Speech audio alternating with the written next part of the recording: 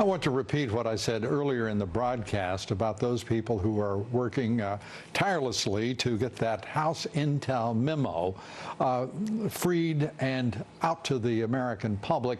And chief among them is the chairman of the House Intelligence Committee, Devin Nunes, who has been an absolute hero throughout in producing all of the documents and bringing to the public's attention what is going on in the FBI and the Department of Justice. Growing criticism tonight from both conservatives and Democrats over that White House immigration proposal, a plan that would provide, unexpectedly and surprising to many, amnesty for nearly 2 million DACA recipients and other illegal immigrants. Fox News chief congressional correspondent Mike Emanuel has our report. America is a cutting-edge economy, but our immigration system is stuck in the past. At the World Economic Forum, President Trump started making the case for his immigration blueprint. We must replace our current system of extended family chain migration with a merit-based system of admissions that selects new arrivals based on their ability to contribute to our economy, to support themselves financially, and to strengthen our country. The headlines of his plan were $25 billion for his proposed border wall system and a path to citizenship over 10 to 12 years for an estimated 1.8 million people. Today, the Attorney General highlighted switching to a merit-based system. For some reason, when we're admitting new Americans, the future of our country, our government uses a randomized lottery system and chain migration. From the right, Breitbart called the president Amnesty Don. And from the left, House Democratic leader Nancy Pelosi launched this attack. That plan is a campaign to make America white again.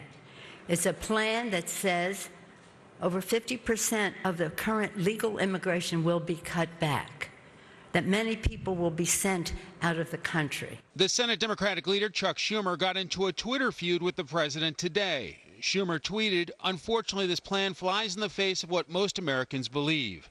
The president fired back. DACA has been made increasingly difficult by the fact that crying Chuck Schumer took such a beating over the shutdown that he is unable to act on immigration. A lawmaker involved in bipartisan immigration talks says senators will continue their work. We're not going to be locked down by thinking about what the House might do or what the White House might do. We're going to move on our own. But a leading House conservative says the focus needs to be on border security and fixing a broken system. If it's the other way around, which is what Mr. Durbin wants and what Senator Graham wants, which is a focus on DACA first and then a little pretend security and a little pretend border wall and pretend chain migration, that's a different animal, and I won't be for that. It is clear some of the moderates involved in bipartisan talks don't want the president's blueprint to derail their work. But after complaints from some lawmakers, they didn't know what the president wanted. Now they know. Lou? Mike, thank you very much. The president's blueprint. Is there some confusion on Capitol Hill about who is president of the United States? It's really interesting to watch this back and forth at this early stage of what sure looks like a very amateurish game on Capitol Hill. We'll have, obviously, a lot more here tonight on that very issue. And be sure to vote in our poll tonight on the intelligence issue. Do you believe the Dems are blasting the Intel memo they haven't read because they know the allegations of corruption and collusion are just straightforwardly true to begin with? Cast your vote on Twitter at Lou Dobbs. We'd like to hear from you, as always. And follow me on Twitter at Lou Dobbs. Like me on Facebook. Follow me on Instagram at Lou Dobbs Tonight. On Wall Street, a record-breaking day for stocks. Again, the Dow Jones Industrial surging 224 points. The S&P up 34, the Nasdaq up 95.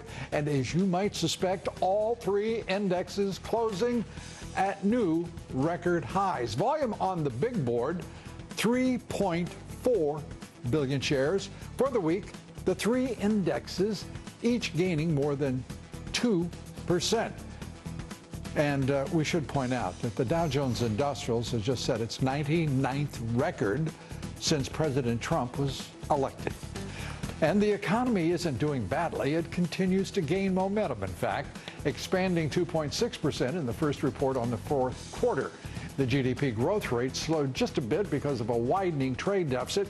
You see, trade deficits do have consequences. They cut into economic growth, which cuts into our wealth. Well, order for durable goods posting the biggest increase in 6 months, up nearly 3% in December. And a reminder to listen to my reports 3 times a day, coast to coast on the Salem Radio Network.